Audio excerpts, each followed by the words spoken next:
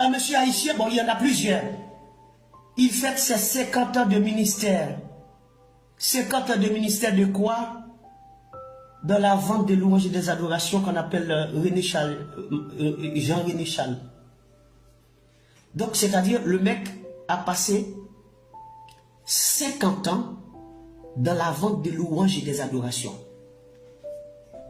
Et on l'appelle serviteur de Dieu.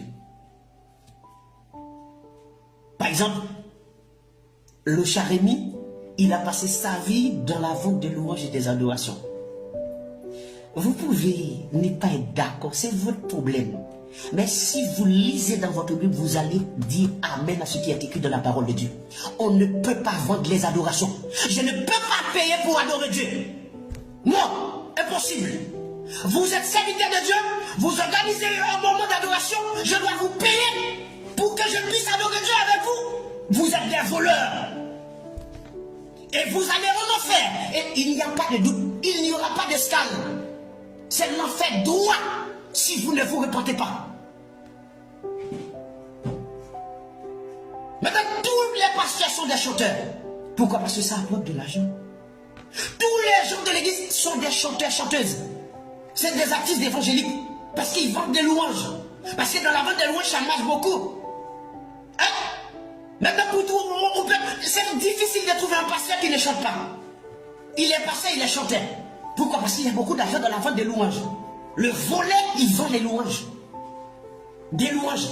Vous vous imaginez un homme qui sert Dieu, qui dit que Jésus-Christ est mort pour lui? Ils utilisent le nom de Jésus-Christ, ils chantent le nom de Jésus-Christ dans le but d'escroquer, de voler les gens. Tu n'as pas l'argent? Tu ne vas pas rentrer. Hein? Parce qu'il y a un concert d'adoration, on va adorer Dieu. Donc si tu n'as pas l'argent, comment dire, on dit c'est 15 euros, 15 dollars à la porte. À l'avance, c'est 20 dollars à la porte. Il y a des VIP, il y a des je ne sais quoi, hein, pour payer, pour aller faire quoi? Pour aller adorer Dieu. Donc vous payez pour aller adorer Dieu. Déjà dit, mais les studios là, est-ce que c'est que vous dites là, je ne suis pas d'accord, mais il a payé pour enregistrer ses CD, pour enregistrer... Dans quelle Bible on vous a envoyé? Ou Christ vous a appelé?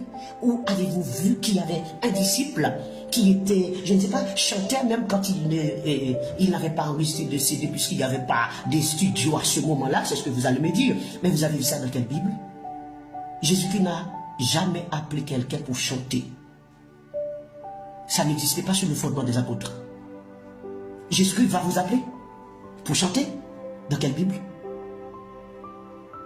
Dans quelle Bible?